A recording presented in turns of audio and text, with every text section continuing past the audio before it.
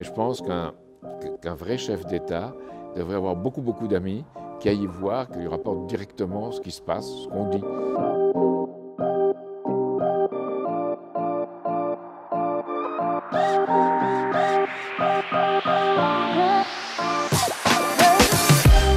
Si je vous dis Jacques Cheminade. Je connais pas trop, ça fait à chaque fois il se présente, bon il n'y a pas grand chose. Il peut pas gouverner la France. Je ne connais pas son programme. Il n'est pas trop audible pour moi. C'est vrai qu'il représente un petit pourcentage de voix, aux alentours de moins de 5%. Il me fait bien rire. Jacques Cheminade, un homme intéressant. Jacques Cheminade, c'est ça? Est un inconnu pour moi. Jacques Cheminade. Toujours là, mais invisible. Jacques Cheminade, curieux. Je suis curieux. J'aime connaître tout ce que je ne connais pas. Et tous sont victimes, disons, de journalistes parisiens qui sont efforcés de ne jamais parler de moi parce que ce que je dis gêne.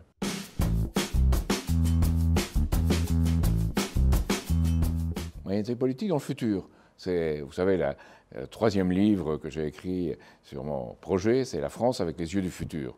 Donc c'est le futur, c'est-à-dire ce sera tout ce que le futur nous apporte, le numérique, la robotique, le 3D, les nanotechnologies, tout ça. Mais pas du tout contrôlé par Wall Street et les intérêts financiers, contrôlé par des gens qui représentent ce futur.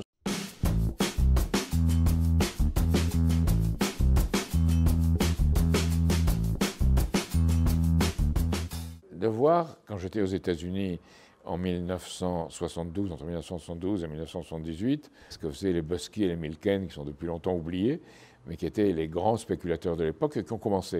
Et je me suis dit, s'ils commencent comme ça, on peut faire bien pire. C'est-à-dire jouer avec l'argent des autres, et avec cet argent des autres, créer des mouvements de marché dont ils bénéficiaient, ils achetaient et revendaient, et c'était plus la production, c'était plus même, je ne sais pas, ce que faisait un Ford ou d'autres, c'était quelque chose où on découplait le financier de la production.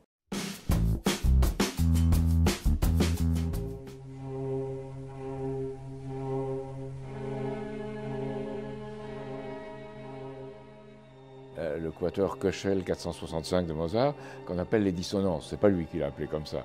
C'est ceux qui ont été à l'époque outrés de voir ça.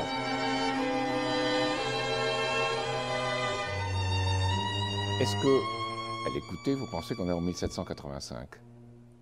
Non. Alors, c'est parce que c'est un compositeur qui anticipe sur son temps. C'est Mozart. On est habitué à la petite musique de nuit, à Vous dirai-je maman. Là, on est dans quelque chose de complètement différent. D'abord, c'est un quatuor qui commence par un adagio. Ça se fait pas. Ensuite, c'est plein de contretemps, de frictions, de contrepoints. C'est vraiment, on l'appelait les dissonances. Et les gens étaient outrés quand ils ont dit « Qu'est-ce que c'est que cette musique? Pourquoi ils nous balancent ça ?» C'était extraordinaire. Tout un mouvement.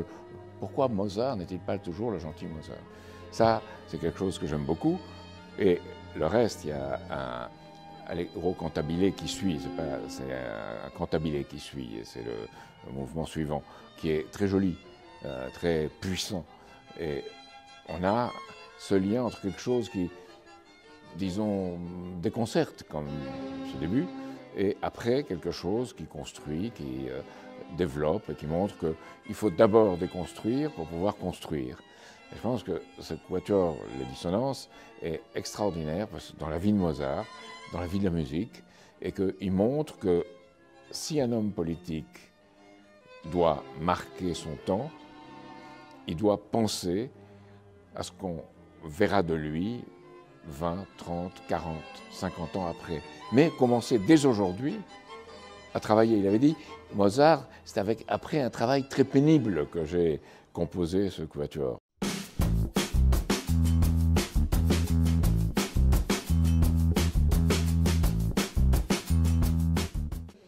ne crois pas que je ferais une ordonnance. Je dirais, voilà, il faut créer de l'emploi. Et si on ne fait pas de crédit, on ne peut pas créer d'emploi. Donc, conférence sur emploi à laquelle j'appellerai en disant, en même temps, système qui permette de faire du crédit public. Or, aujourd'hui, le système financier et monétaire international l'interdit, l'Europe l'interdit, parce qu'on dit qu'on crée de l'inflation. Alors, l'inflation, l'Europe en crée plein de son côté. Donc, comment faire? En retrouvant un État qui contrôle la monnaie, parce que sans ça, c'est la monnaie qui contrôle l'État.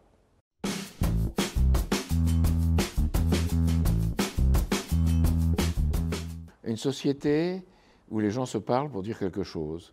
C'est-à-dire une société où les gens ont des idées, communiquent par les idées et s'amusent à jouer avec les idées, avec ce côté ludique.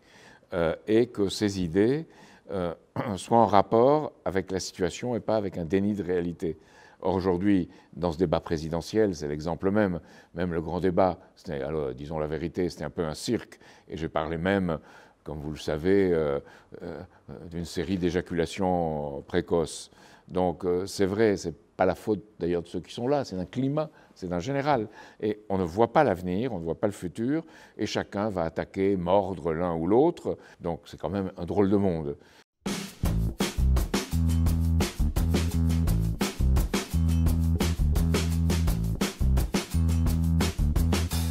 Pour moderniser l'industrie, faire de la recherche, moderniser l'agriculture, l'école, l'hôpital, le laboratoire, tout ce qui crée une société où, en effet, on se définit par des idées et ce qu'on veut faire pour le futur et comment on va vivre ensemble.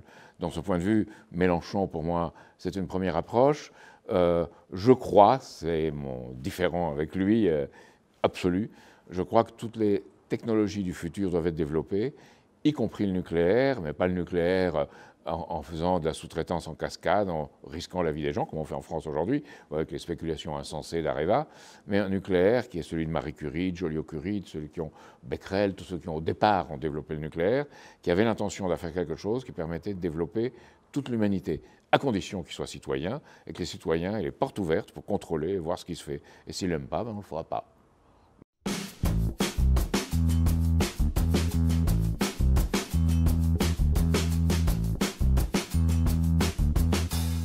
Je choisirais peut-être le numérique parce qu'il y a urgence à contrôler Google, Apple, Facebook, Amazon ou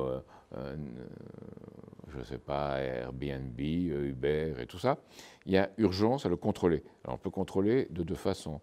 Par des États qui s'accordent pour encadrer et contrôler ce qu'ils font. Le projet transhumaniste de Google est délirant quelque part.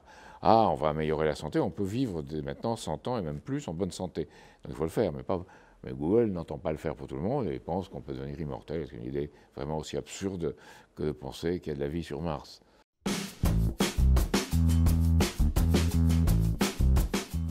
Alors, il y en a plusieurs.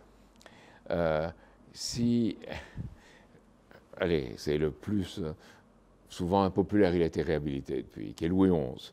Parce que Louis XI, il avait un sens de l'universel, il avait une grande culture, il a protégé un des peintres français les plus intéressants pour moi, qui est Jean Fouquet. Et en même temps, il allait y voir, c'est-à-dire qu'il se déguisait. Il allait avec 2-3 amis qui n'étaient pas des nobles, qui étaient souvent des gens qu'il avait promus, et il allait voir sur les marchés ce qu'on disait de lui, ce qui se passait. Et il ne croyait pas aux enquêtes d'opinion et aux sondages, qui n'existaient pas à l'époque, bien sûr, mais il y avait des gens qui rapportaient de la cour, il y a ceci, il y a cela. Lui allait y voir, il interrogeait les gens déguisés. Aujourd'hui, on ne peut plus le faire. Mais je pense qu'un vrai chef d'État devrait avoir beaucoup d'amis qui aillent y voir, qui lui rapportent directement ce qui se passe, ce qu'on dit.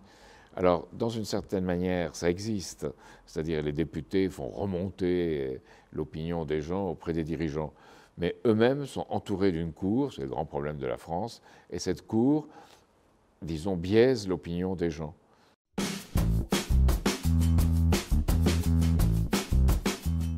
Pourquoi j'en laisserai aucune, c'est aux autres d'en juger. Ils écriront ce qu'ils voudront.